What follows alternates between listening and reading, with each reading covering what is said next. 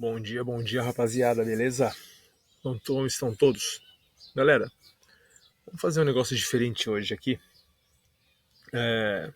Mostrar para vocês como funciona a análise gráfica, pelo menos a forma que eu utilizo ela, né? Esses últimos 24 anos aí de mercado, né? 24 anos de mercado já. Então vamos lá.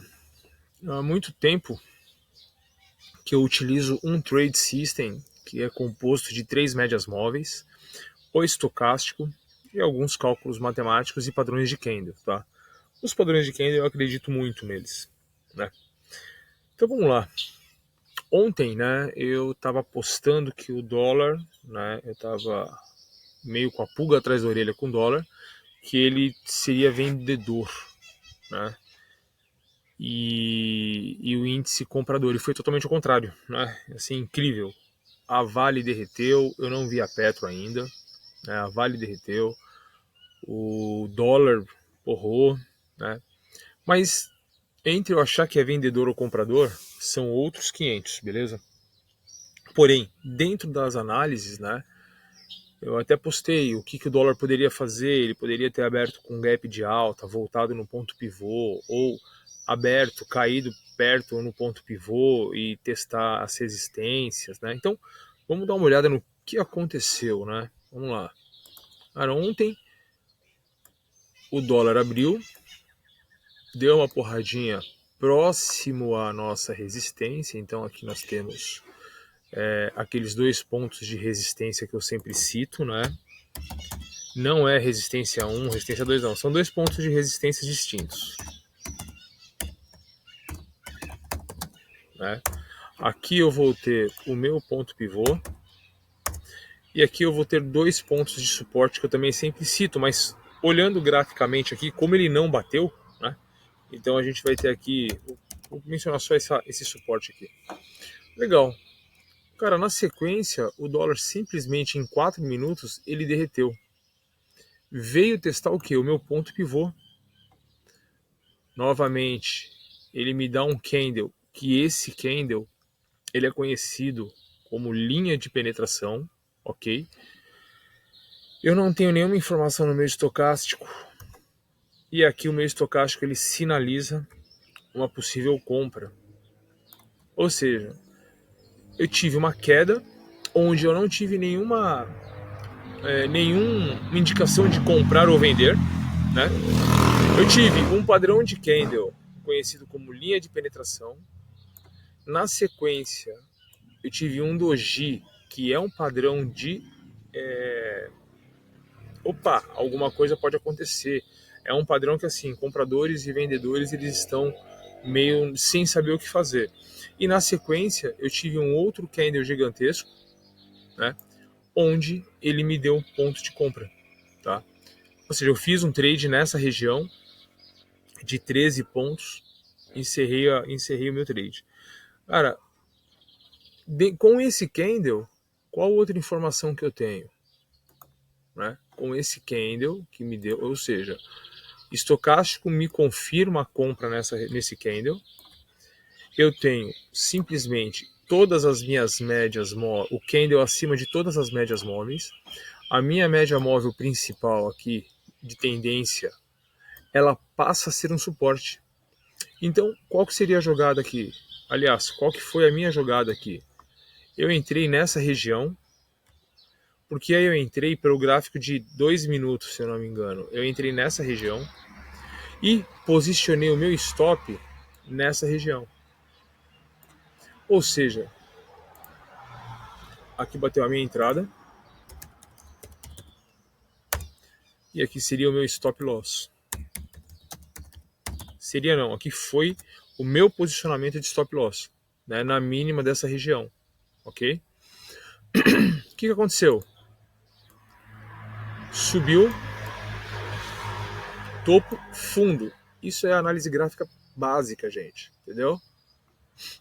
Pô, nesse momento eu transporto o meu stop loss dessa região para essa região depois que esse candle ele rompe essa máxima. Olha lá, novamente, topo, fundo. Observem que a minha média móvel de 9 períodos, agora, que é essa amarela, ela passa a ser um bom suporte. E está numa tendência. Peguei todo esse movimento? Óbvio que não, óbvio.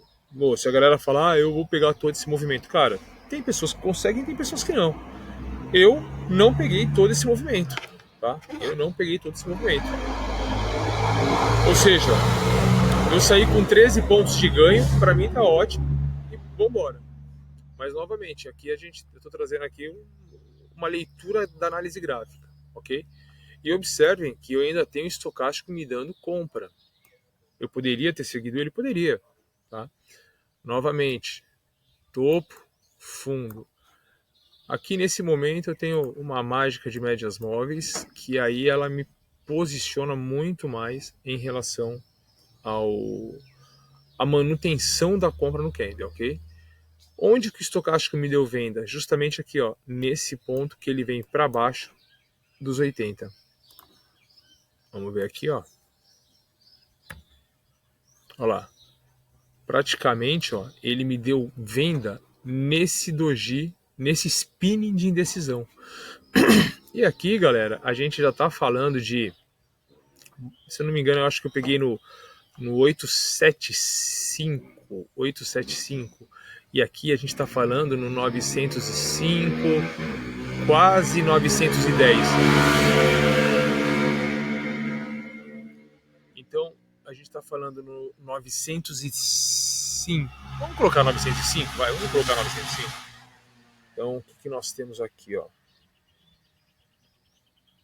Cadê a calculadora?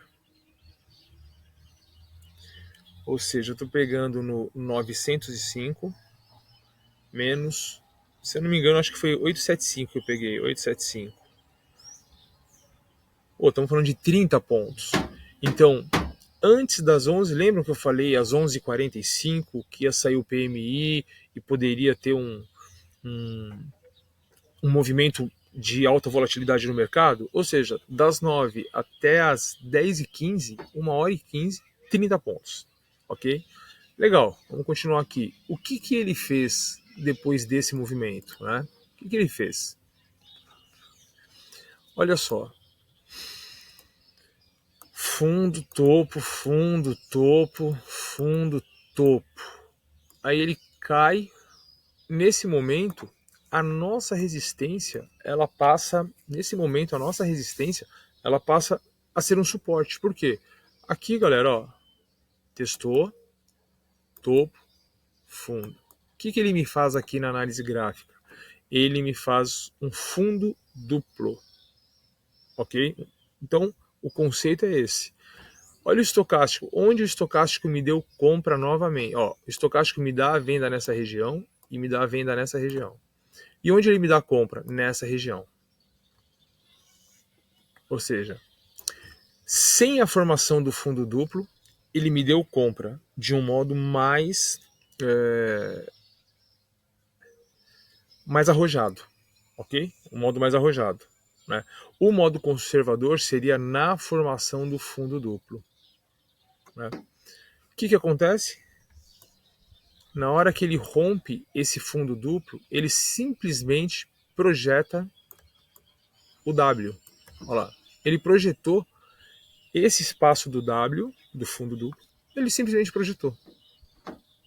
E aqui ele foi. Então, como tínhamos o suporte, a gente esquece ele. O nosso ponto pivô, ele foi importantíssimo no início do pregão. Aqui, ó, justamente nos primeiros minutos do pregão ele foi muito importante, porque o ponto pivô é um ponto de referência e ontem, pelo menos ontem, ele se transformou em um excelente suporte, beleza? E aqui ele simplesmente deslanchou.